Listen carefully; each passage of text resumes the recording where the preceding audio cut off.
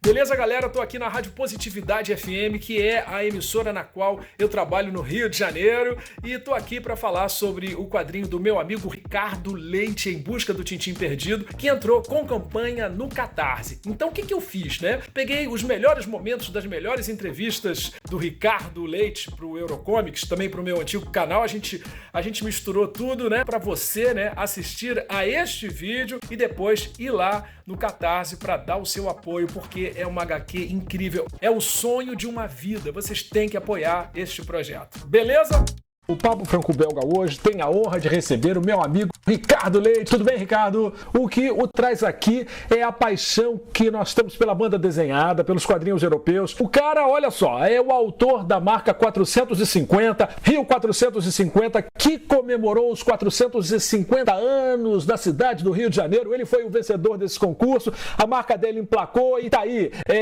Ele também já ganhou o prêmio Jabuti, tem livro sobre Ziraldo. Que mais, rapaz? Nós já ganhamos vários prêmios. Ganhamos o Prêmio Ideia Internacional com 2 projetos, um deles todo mundo conhece, que é o ONER, né, a identidade visual do canal Globo News, que mudou em 2010. A gente tem uma agência hoje que tem um bom nome, que trabalha para bons clientes, grandes clientes, tanto brasileiros quanto internacionais. Fizemos projetos para fora do Brasil, para dentro do Brasil, enfim. E o nome da agência é? Acrama Design Estratégico. Resolvi que eu ia ser um desenhista de quadrinhos e iria para tentar minha chance no... Eu já tinha decidido que eu queria ser isso, né? Mas eu fui tentar minha chance na França. Então, em 1982, foi minha primeira incursão numa tentativa. Fui morar em Paris, morei 1 ano, para tentar publicar quadrinhos na Europa. Eu fui na Humanoïde Associé, que publicava Metal Hurlant.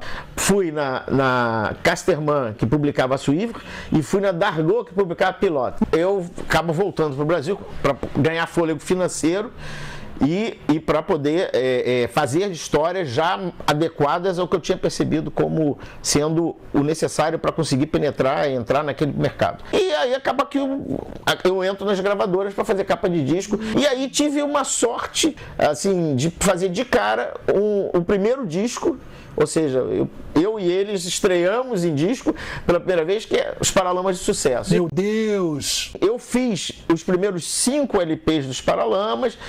Na esteira dos Paralamas, eles trouxeram para a gravadora e eu fiz a capa também, Legião Urbana, e dei sorte de pegar de cara 2 grandes artistas e nunca mais toquei em quadrinhos. Eu olho para mim e falo, e aí, aquele teu sonho, você vai deixar isso passar em branco? Então, eu estava período recém-separado, muito reflexivo, e aí pensei comigo, falei, o que eu vou fazer desse carnaval? Era um período de 1 semana que eu tinha off, e pensei, por que não ir ao Museu Hergé? Que tinha sido recém-lançado, eu tinha visto algumas reportagens, eu fiquei interessado, falei, seria uma bela oportunidade de ir com toda a serenidade do mundo. Eu nunca tinha ido a Bruxelas, nunca tinha ido à Bélgica, mas tinha um detalhe, quando eu tinha 13 anos, eu escrevi uma carta para o Hergé, e o Hergé me respondeu. Meu Deus!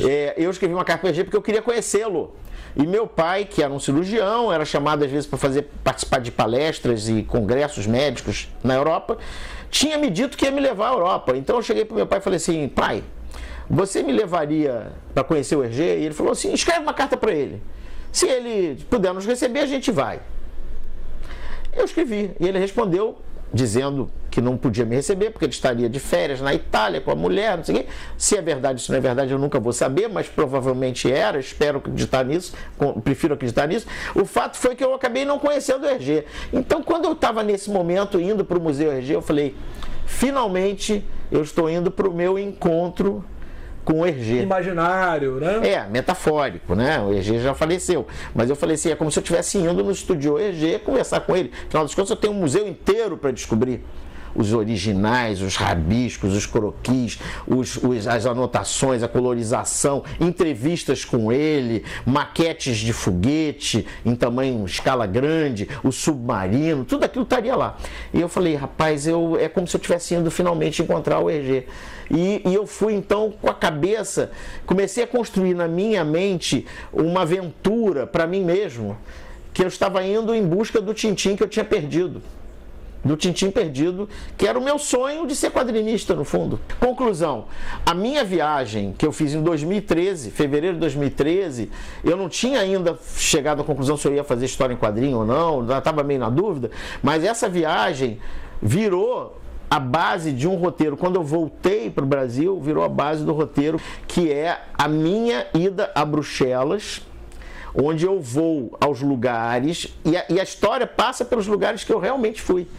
Tem uma boa parte bastante real, bastante documental. Tem uma parte que é absurdamente ficção, que eu invento. Então eu saio encontrando com personagens, com autores, com desenhistas e bato papos. No fundo, eu estou o tempo todo conversando comigo mesmo. Mas quando eu encontro com o Hugo Pratt, por exemplo, e bato um papo com o Hugo Pratt, é uma continuação de uma conversa que de fato eu tive com ele em Paris quando eu estava lá em 82. Eu encontrei com ele numa livraria em 82 e abordei ele com os meus desenhos e falei, olha aqui, o que você acha disso e tal, e ele me deu uma resposta lá que me ficou meio enviesada e atravessada na garganta, e que aí agora que eu estou mais velho, mais seguro, etc, eu respondo para ele na minha história em quadrinho. E aí, nisso que eu estou conversando com ele, aparece Milo Manara, que eu nunca estive com o Milo Manara, mas o Milo Manara trabalhava muito próximo do Hugo Pratt. Então o Hugo Pratt e o Milo Manara começam a discutir sobre a minha situação, se eu volto, se eu não volto. Mas isso já é parte da ficção, né? Isso é parte da ficção. Então tem uma parte que é delírio, tem uma parte que é inventada, tem uma parte que é realista. O grande final é chegando no Museu Hergé.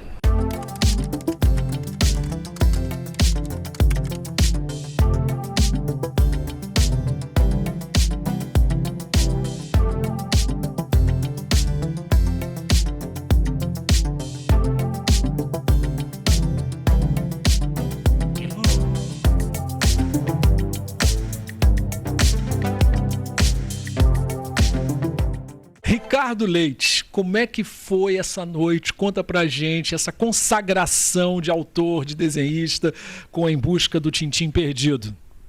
Rapaz, algo inesperado, né? Jamais poderia imaginar que um dia eu fosse ganhar essa medalha aqui e esse título que eu recebi, que é um título de Chevalier de l'Ordre de la Couronne, que é o Cavaleiro da Ordem da Coroa, dado pelo rei da Bélgica, pelos serviços prestados que eu estou fazendo de divulgação da Bélgica através do livro Em Busca do Tintim Perdido. Quem podia imaginar isso, né? Aqui no Brasil, a editora Noir, do Gonçalo Júnior, que para mim é a editora certa. E o meu livro não deixa de ser uma espécie de um guia afetivo das histórias em quadrinhos, e eu estou fazendo um tributo, né, ali sobre os autores, os criadores, mais do que falar dos personagens, que as pessoas geralmente acham que eu estou falando dos personagens. Não estou falando de personagens, estou falando dos criadores.